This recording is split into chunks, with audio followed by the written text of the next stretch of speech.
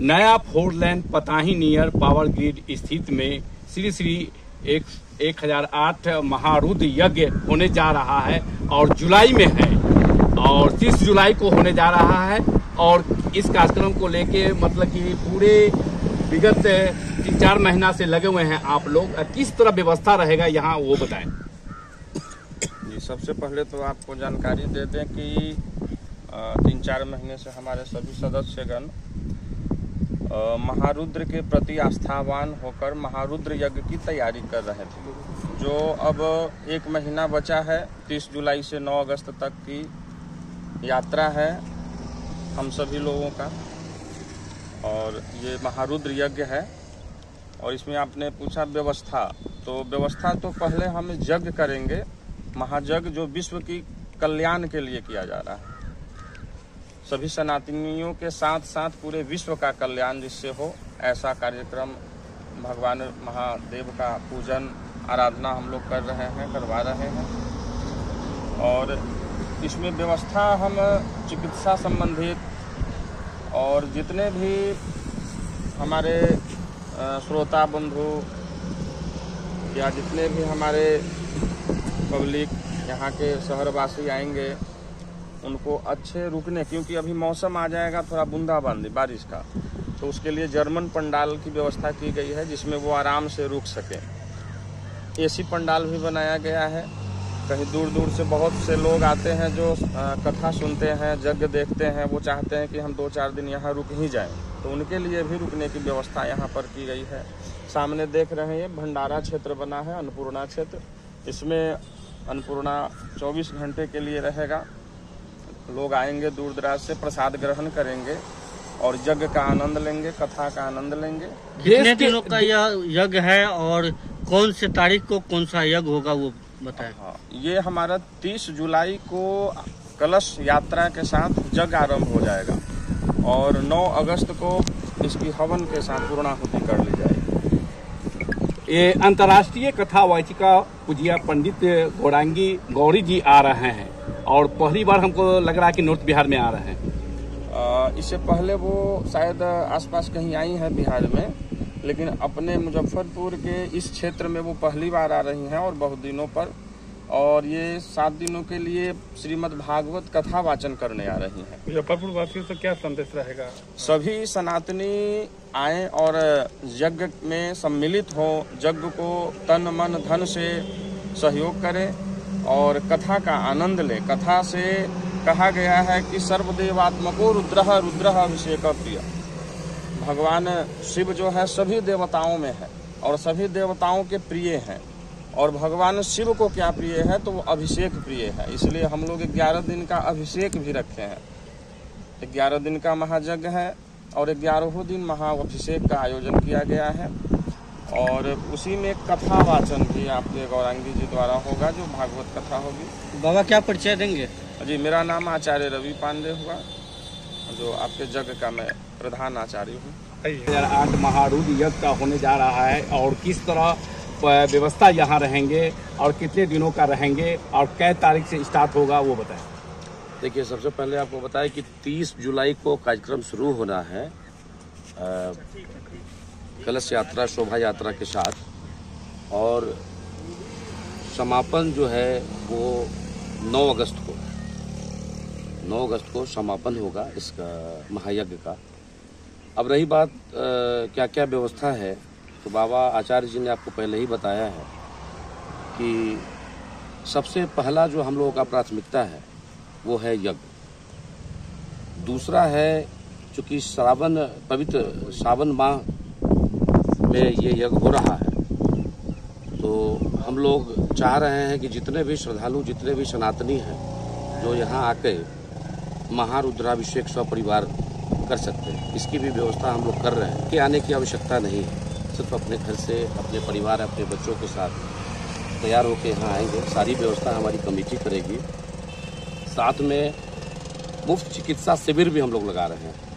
ये पूरा जो 30 तारीख से लेके और 30 जुलाई से 9 अगस्त तक का 11 दिवसीय जो कार्यक्रम है वो 11 दिन के लिए ये व्यवस्था है कि चिकित्सा शिविर बहुत जरूरी लगा हम लोगों को कि ये भी होना चाहिए, इसलिए हम लोग एक चिकित्सा शिविर का भी यहाँ व्यवस्था किए हैं। साथ में एम्बुलेंस वगैरह जो प्रॉपर जो यहाँ के डॉक्टर्स हैं वो सारे लोग यहाँ उपस्थित होंगे और लोगों की सेवा में लगे रहेंगे। उसके बाद हम लोग भंडारा की भी व्यवस्था किए हैं, अन्नपूर्णा भंडारा, जो आप देख रहे होंगे उस साइड में एक पंडाल अभी बन के तैयार हुआ है कुछ हद तक, अभी फाइनल तो होना अभी समय है बाकी। उसमें हम लोग उसको 2 पार्ट में डिवाइड कर रहे हैं, क्योंकि आम जगहों पे और भी जगह यज्ञ में हमने देखा है कि एक ही पंडाल में भंडारे में महिलाएं, बच्चे, बूढ़े और जो पुरुष हैं वो भी रहते हैं और परेशानी होती है उसमें लोगों को। बरसात का समय भी आ रहा है। देखिए, बरसात को हम लोग ध्यान में रखते हुए यहाँ इस तरह की व्यवस्था कर रहे हैं कि परेशानी नहीं हो। इस वजह से इतना बड़ा पंडाल हमने यहाँ बनाया है अन्नपूर्णा भंडारा के लिए, ताकि किसी भी आदमी को किसी भी तरह का पानी की वजह से, बारिश की वजह से, अदर जिला से भी लोग आएंगे निश्चित रूप से। उत्तर बिहार में जितने भी जिला हैं वो सभी जगहों से लोग आ रहे हैं। सब लोग लगातार बात कर रहे हैं, फोन आ रही है। प्रशासन से क्या सहयोग मिल रहा है? प्रशासन से सहयोग अभी हम लोग जिलाधिकारी से मिले नहीं हैं। कल जिलाधिकारी से मिलकर हम लोग सोच रहे हैं कि उनको एक एप्लीकेशन दे दे, आवेदन दे दे, फिर जिलाधिकारी के दिशा निर्देशानुसार जो होगा उसमें देखेंगे क्या बच्चों के मनोरंजन के लिए क्या कुछ व्यवस्था? बच्चों के मनोरंजन के लिए तरह तरह की जो झूलाएं हैं वो सब लोग झूला वगैरह लगा रहे हैं। झूला की भी व्यवस्था है, अलग अलग प्रकार का बच्चों के लिए मनोरंजन, विशेषकर बच्चों को ध्यान में रखते हुए, क्योंकि मेला का माहौल है तो बच्चों के लिए विशेष ध्यान रखा गया है कि इस तरह की व्यवस्था हो। महिलाएं बहुत से जुटेंगे तो उसके लिए क्या किस तरह व्यवस्था है? उसके लिए हम लोग देखिए 3 लेयर्स की सुरक्षा हम लोग यहाँ रखना चाह रहे हैं। अब तो जिलाधिकारी महोदय से बात होने के बाद उस पर तय होगा कि क्या करना है। पहला सुरक्षा जो है वो प्रशासनिक व्यवस्था की होगी, दूसरी सुरक्षा होगी हमारे जो सिक्योरिटी एजेंसी वाले हैं वो सुरक्षा देंगे। उसमें हम लोग प्रयास कर रहे हैं कि कुछ महिलाओं को भी सुरक्षा के दृष्टिकोण से उनको भी रखना जरूरी है। और उसके बाद तीसरा लेयर जो होगा वो हमारे जो अपने जो कमेटी के सदस्य होंगे वो सुरक्षा प्रदान करेंगे और किसी भी आदमी को किसी भी तरह की कठिनाई नहीं होगी। लोगों से क्या अपील करना चाहेंगे? लोगों से यही अपील करना चाहेंगे कि ये सनातन का एक पर्व, महापर्व है, इसमें सभी लोग आए, कथा का आनंद ले, जग में अपनी उपस्थिति दर्ज कराएं और साथ ही पुण्य के भागी बने।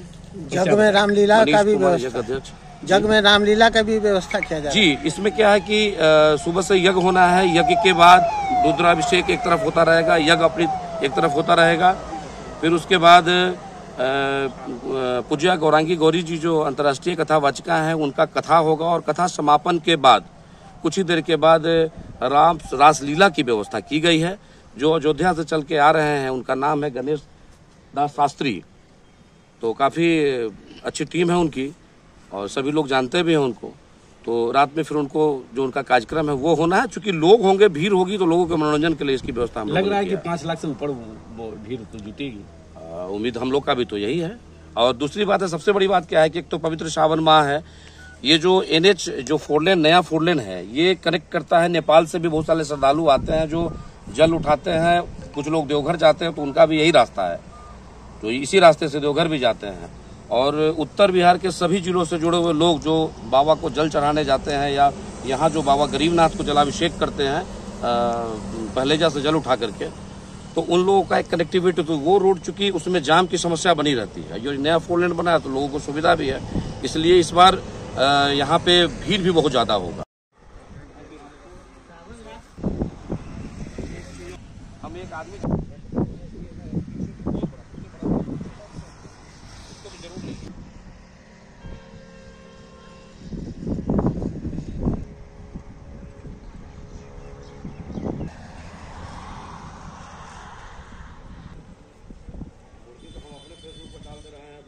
नहीं डालेंगे। आप देख रहे हैं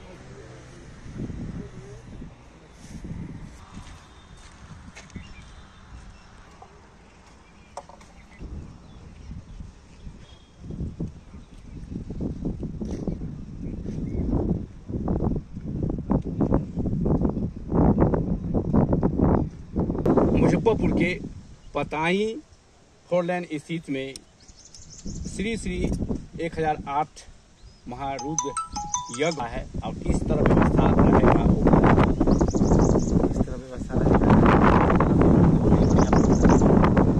इसी के अध्यक्षता में आचार्य रवि पांडे जी इस जगह के मुख्य आचार्य होंगे और इनके अध्यक्षता में हम लोग काम करेंगे। बनारस से कुछ लोग आचार्य जी लोग आएंगे, कथावाचक अयोध्या से आ रही हैं जो कि गौरी गौरांगी जी हैं, और अयोध्या से ही अंतर्राष्ट्रीय रामलीला मंडल भी है जो कि यहाँ पर अपना प्रदर्शन करेंगे। बहुत ही अच्छा कार्यक्रम होने जा रहा है, सब लोग हम लोग मिलकर एक साथ कर रहे हैं। ग्रामवासियों से क्या कुछ कहना चाहेंगे? ग्रामवासियों से तो हम निवेदन करना चाहते हैं कि आप लोग बढ़ चढ़ के इसमें हिस्सा लीजिए, तन मन धन से सहयोग कीजिए, और इसमें धन से न हो तो फिर भी कम से कम मन से और तन से तो जरूर ही सहयोग कीजिए सब लोग आके। क्या परिचय देंगे अपना? मेरा नाम सर्वेश झा हुआ और इस जगह के हम उपाचार्य हुए।